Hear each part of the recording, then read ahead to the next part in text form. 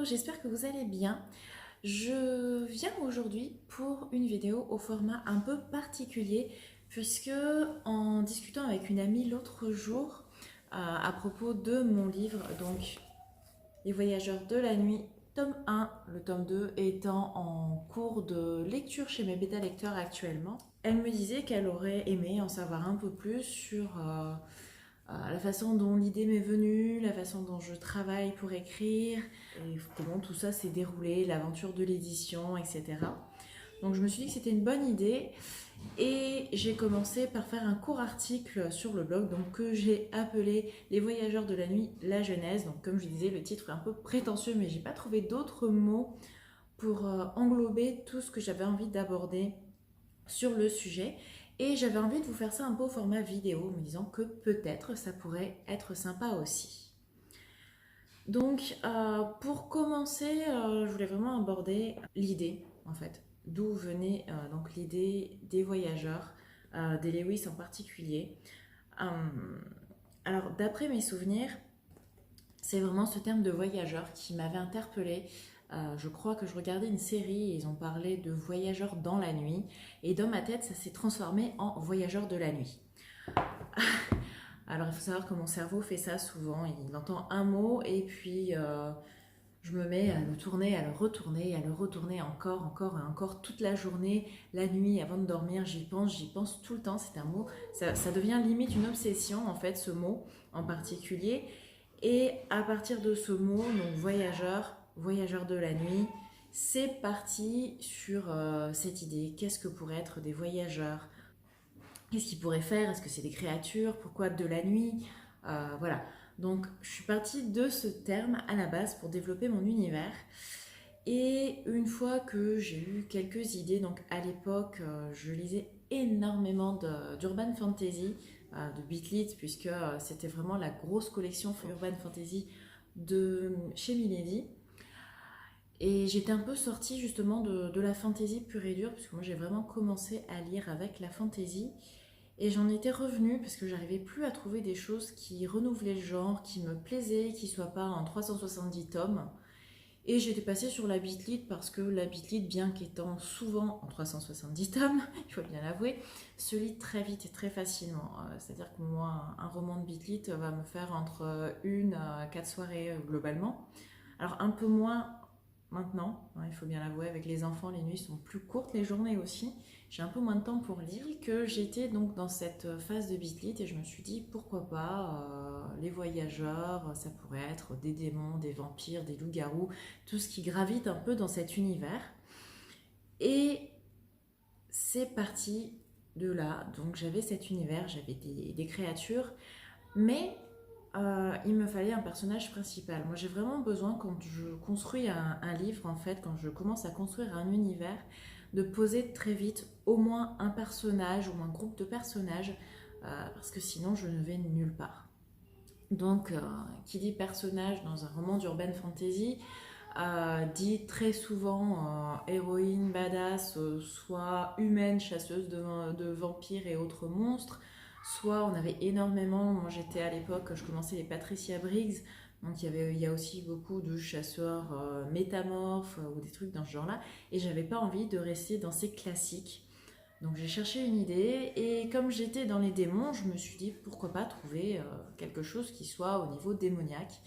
Et c'est comme ça que j'ai eu l'idée de mon succube. Mais ça m'a posé un problème parce que j'ai lu beaucoup de Beatlit et j'en suis aussi revenue parce que à un moment, tout ce qu'on trouvait était globalement à base de scènes charnelles par-ci par-là, pour un oui, pour un non, qui n'apportaient absolument rien au roman. Alors, il faut savoir que je n'ai rien contre les scènes charnelles dans les livres, au contraire, quand ça devient trop, toutes les deux pages, qu'il n'y a que ça et que on ne voit pas du tout en quoi ça peut faire avancer l'intrigue, je vois pas l'intérêt. Donc, le côté succube m'a un peu bloqué. J'avais pensé à ça, mais ça m'a bloqué un moment et j'ai pas passé le cap parce que je me suis dit, mais oui, mais un succube, la base du succube, c'est quand même de séduire les hommes. Bon, et puis ça a reposé. Et je me suis dit, après tout, pourquoi pas partir justement sur ce personnage, donc mi-humaine, mi-succube, qui lutterait contre son côté démoniaque, ce côté justement besoin de sexe. Euh, et j'ai repensé donc aux héroïnes que je regardais à l'époque quand j'étais adolescente au niveau série, et on avait d'un côté donc la chasseuse Buffy et de l'autre côté Max de Dark Angel, qui étaient deux séries que j'adorais. Et dans Dark Angel, l'héroïne, donc c'était une série qui n'est restée que 2 saisons, qui n'a pas très bien fonctionné, qui a eu une fin terrible, mais vraiment. Et donc dans cette série, l'héroïne avait de l'ADN de chat, et du coup elle supportait des chaleurs tous les mois. L'héroïne s'est construite un peu comme ça.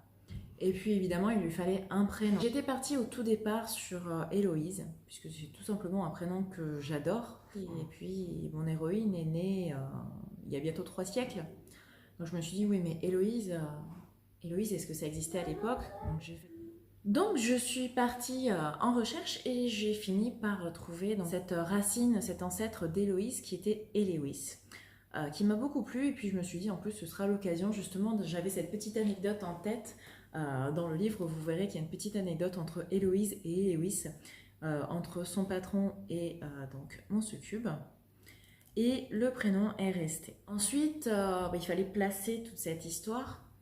Et au moment où j'ai lancé le premier jet des Voyageurs de la Nuit, c'était en 2008, donc ça commence à dater. Mais le tout premier jet, je l'ai écrit en 2008. Donc je venais de revenir vivre sur Toulouse et je me suis dit, pourquoi pas, Toulouse c'est une ville que j'adore, c'est une ville que je connais, surtout j'avais envie de parler de quelque chose que je connaisse, de pouvoir me dire tiens je vais aller voir sur place, faire une description, donner une anecdote, trouver la petite rue qui va bien, la petite ruelle un peu sombre qui correspond à ce que je veux et savoir la placer dans mon univers. J'ai vraiment besoin de parler de quelque chose que je connaissais, donc ça s'est passé à Toulouse, et puis je me suis dit c'est dommage, parce qu'il y a énormément d'auteurs d'urban fantasy français placent leurs intrigues dans des villes des États-Unis. Je ne connais pas forcément, alors je conçois le concept j'aimerais bien peut-être un jour être édité dans le monde anglo-saxon, et donc je place mon histoire aux États-Unis, mais en soi, est-ce que les anglo-saxons se disent oui, alors moi j'adorerais être édité en France, je vais placer mon histoire en France? Non, pas du tout. Ils placent leurs histoires là où ils connaissent. Donc moi j'avais envie de parler de quelque chose que je connaissais, et du coup j'ai exploité un peu donc Toulouse et la région. Il faut rendre à César ce qui appartient à César. Au tout début, Héloïse dans le premier jet voyageait énormément. Elle allait en Islande, elle allait en Angleterre, elle allait un peu partout. Donc c'était énormément de recherches, c'était très difficile puisque finalement c'était des choses que je ne connaissais pas, des paysages que je n'avais pas forcément en tête. Et puis mon mari m'a dit un jour, mais en lisant le premier jet, il m'a dit mais pourquoi tu places pas tout dans la région? Et c'est vrai que dans la région sud-ouest, il y a quand même de quoi faire pour placer même des montagnes ou quoi que ce soit, puisque j'étais partie en Islande pour trouver des montagnes et des volcans. Donc, dans le coin, alors, on n'a certes pas de volcan tout près, mais j'aurais pu en France placer un volcan sans souci. Et donc j'ai tout replacé, quasiment à une exception près, j'ai tout replacé dans la région sud-ouest. Voilà pour cette première petite vidéo. J'avais envie de vous parler de ça, je développerai d'autres sujets par la suite.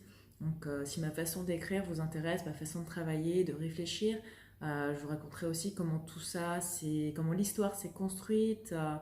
Il y a énormément de choses à dire. C'est une idée à développer et puis ça m'intéressait d'en parler avec vous et éventuellement d'échanger sur le sujet.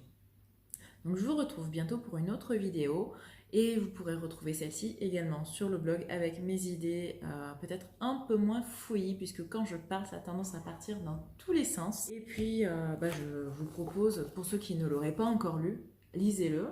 Et n'hésitez pas à venir en discuter, que vous ayez aimé ou pas, qu'il y ait des choses qui vous chagrinent ou pas dans le livre. Moi j'ai eu l'occasion de parler dernièrement avec une lectrice et c'était très chouette parce qu'elle m'a parlé des choses qu'elle avait aimées dans le roman, mais aussi des choses qui l'avaient un peu dérangée. C'était pas vraiment des choses qu'elle n'avait pas aimées, mais des choses qui l'avaient interpellée. Et pour moi c'est aussi l'occasion de corriger le tir sur les suivants. Voilà, à bientôt!